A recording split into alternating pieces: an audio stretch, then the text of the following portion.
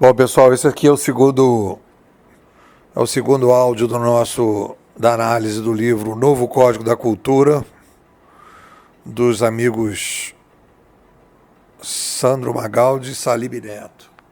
E uma coisa que me chama a atenção, que eu estava fazendo uma comparação entre, como a gente está fazendo uma temporada de leituras, a gente vai lendo o livro, vai comparando um autor com o outro, cada um tem um padrão, né? Então, em termos assim de escala, nós temos uma comparação mais possível entre o Harari e o nosso amigo Taleb, né? Assim, em termos de um livro como Sapiens, histórico, etc, etc. Quer dizer, o cara vem com uma pegada e aí vai na continuidade. E aí você vê o Harari caminhando de maneira quebrada. Não tem um projeto, digamos que eu vou chamar de intelectual, um projeto de compreensão dos fatos, um projeto de articulação, de pensador. Não é um livro de pensador, não é um projeto de um pensador. Não é um projeto que tem o início, o meio e o fim, ou pelo menos o início, o meio, até o cara chegar ao fim dele. O Harari é um projeto, ele vai colocando as coisas, e aí ele fez o sucesso, e a partir daí ele começou a opinar o que ele acha da vida, e foi abandonando um projeto original, coisa que o Taleb não fez, e aí o Taleb vai dizer a sequência do trabalho dele. Então são dois movimentos separados. Um é um cara que fez sucesso, e a partir daí é um cara que lançou um disco, fez um disco maravilhoso, todo mundo gostou, e depois começou a lançar vários discos em cima do sucesso, né? E é o que eu brinquei de Salieri e Mozart. O Mozart tinha um projeto de música, né? E o Salieri não tinha. A comparação possível de fazer aqui é entre Salib Magaldi e Walter Longo, né? Eu não li os outros livros do Walter Longo e li com dedicação, com aprofundamento na temporada 1, o livro do Salib Magaldi. Então, coisas que eu não comentei sobre o Walter Longo, eu posso comentar sobre o Salib Magaldi, porque eu posso comparar o livro Gestão no Amanhã com o livro O Novo Código da Cultura. Então, o que é interessante? Você tem que fazer um diagnóstico do cenário que a gente está vivendo. E aí você vai optar. Você vai fazer uma escolha. Não tem jeito. Você vai usar o método indutivo ou o método dedutivo. Ah, mas eu não quero fazer nada disso. Não, você vai fazer. Você vai fazer.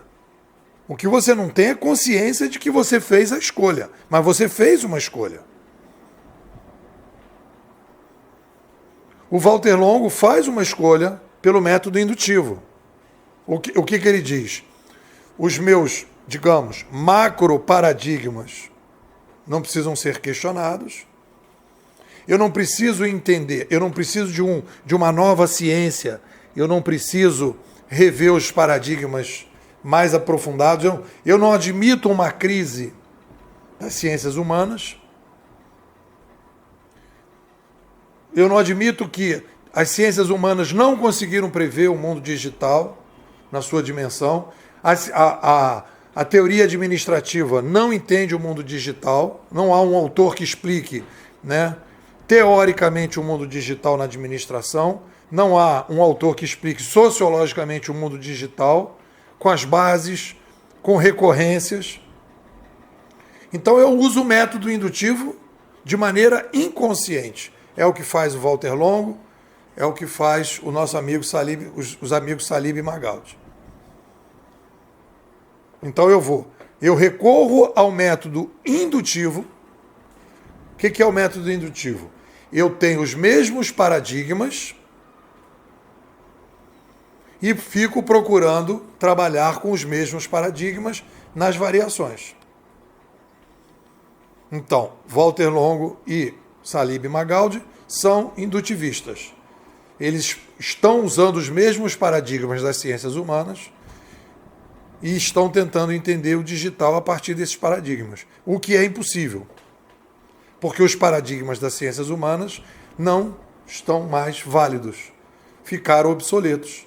Porque uma teoria, o objetivo de uma teoria nas ciências humanas é, se você fizer tal coisa assim, assim, a tendência é que vai acontecer tal coisa assim, assim.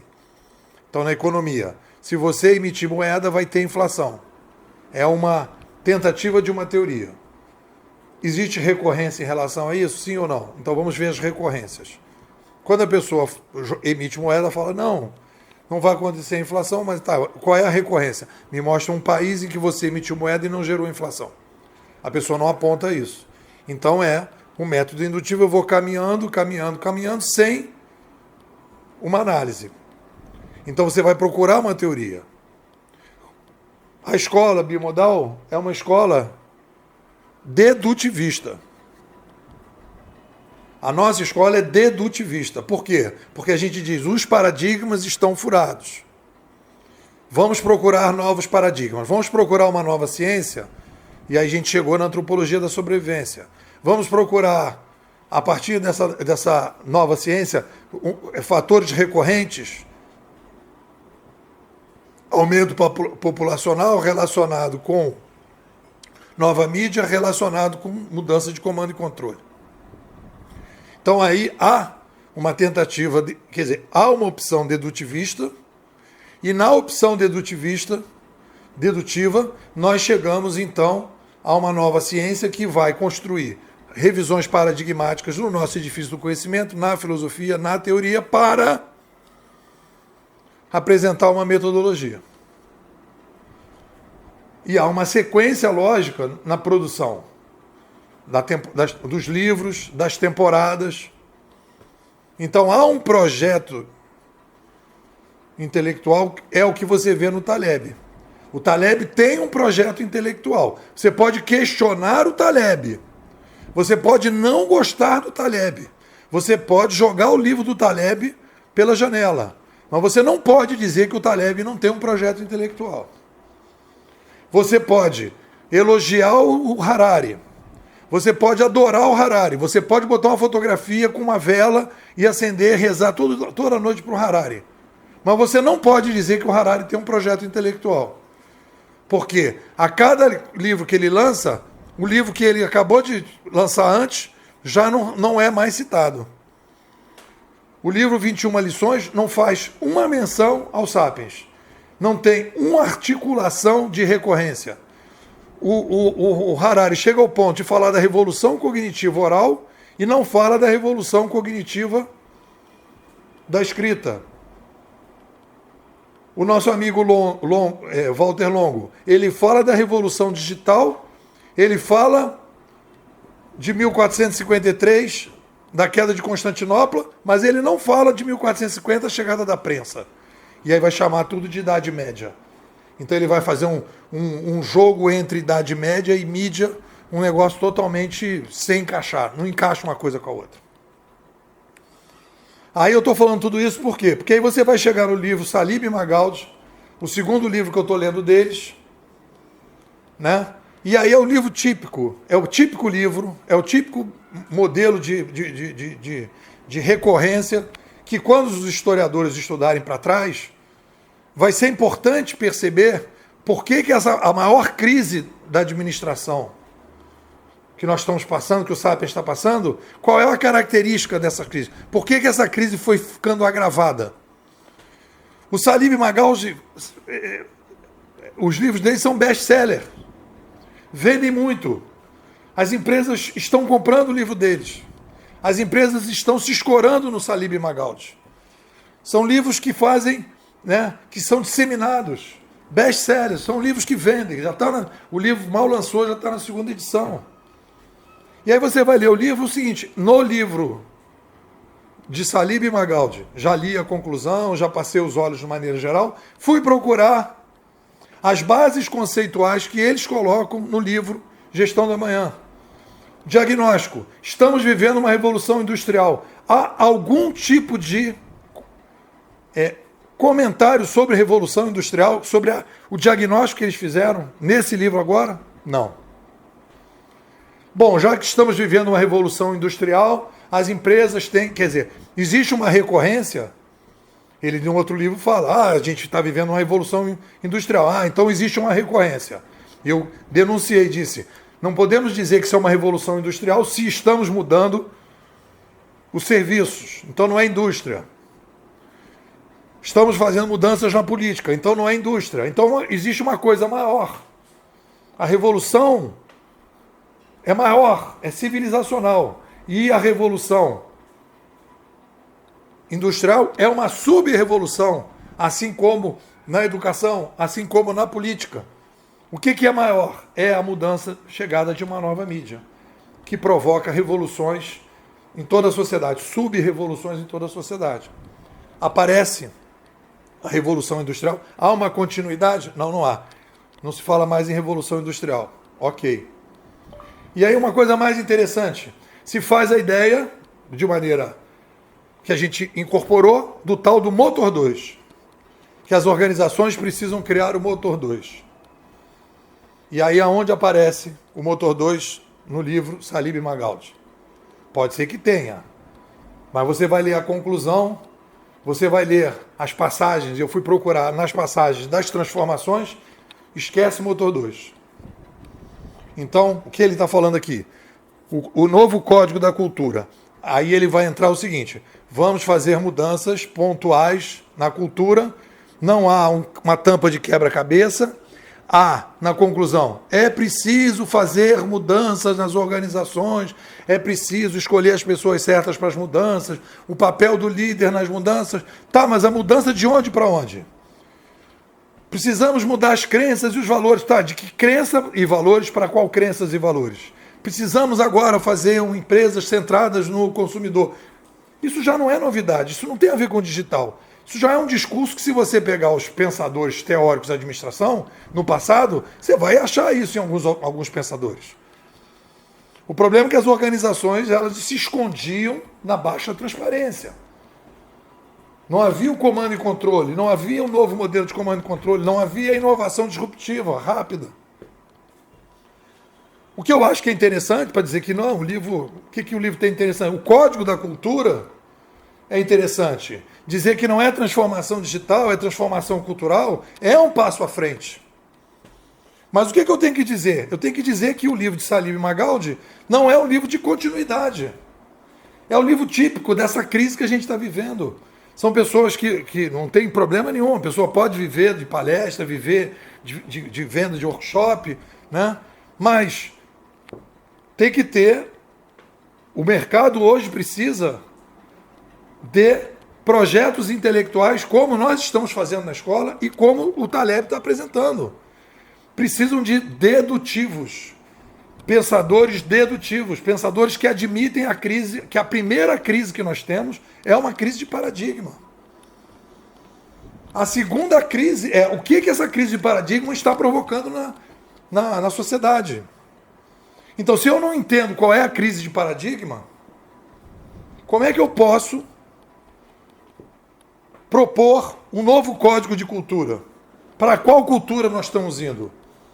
Aí você vai pegar, vamos pegar então, vamos ver aqui, né, o Netflix, vamos ver aqui a experiência da Magazine Luiza, vamos ver aqui IBM, Microsoft, etc. Papá, né?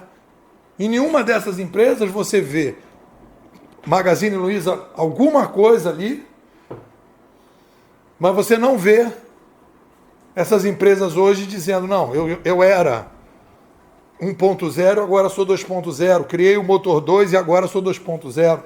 Eu abandonei o modelo de comando e controle da gestão e fui para a curadoria. Você não vê isso em lugar nenhum. Por que não vê? Porque os pensadores que fazem sucesso são os indutivistas. Porque não obrigam as pessoas a fazer a revisão, que é muito difícil, dos paradigmas. E a gente continua com os mesmos paradigmas, olhando para as mesmas coisas da mesma maneira, e aí fazendo uma certa digressão. Aí são coisas legais, são coisas bacanas, bem estruturadas, um livro todo bonitinho, azul, né, bacana, uns desenhos, seguindo mais ou menos o mesmo padrão. Foi o mesmo ilustrador do livro Gestão da Manhã para cá, bacana, bonito, etc, etc. E aí no futuro, que as pessoas vão dizer como é que nós vivemos essa profunda crise e as empresas fecharam, é porque os indutivistas, os pensadores indutivistas, né, tomaram conta do mercado, fizeram com que o mercado acreditasse que a mudança era uma mudança, né, metodológica e não uma mudança filosófica, teórica para o debate metodológico. É um pouco por aí, um pouco decepcionado com essa pela segunda abordagem. Simplesmente eles abandonaram as coisas que eu mais achei bacana o Motor 2. A única coisa que a gente realmente disse, cara, isso aqui é uma coisa bacana, e eles iam desenvolver, estamos criando um Motor 2 nas empresas, a Mercedes pegou a ideia do Motor 2. Nós tivemos Juiz de Fora, o Newton pegou a ideia do Motor 2, colocou lá uma exposição, botou Motor 2. Aí o Newton vai ler aqui o livro Código da Cultura, vai procurar, bom, como é que eu faço esse Motor 2 e tal? Não, esquece o Motor 2. Nesse novo livro não aparece o Motor 2. Como eu estou ainda na leitura, de repente aparece o Motor 2 e eu não li.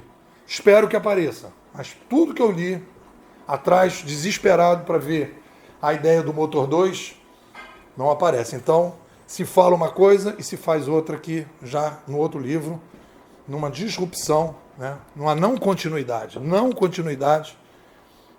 da estrutura. Um livro já não está brincando com o outro. O que vocês dizem? Se você quer participar das leituras bimodais, me manda um zap. 21996086422. Vou repetir.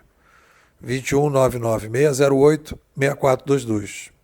Nipô, quero ser bimodal, quero participar dessas leituras bimodais. Como é que eu faço?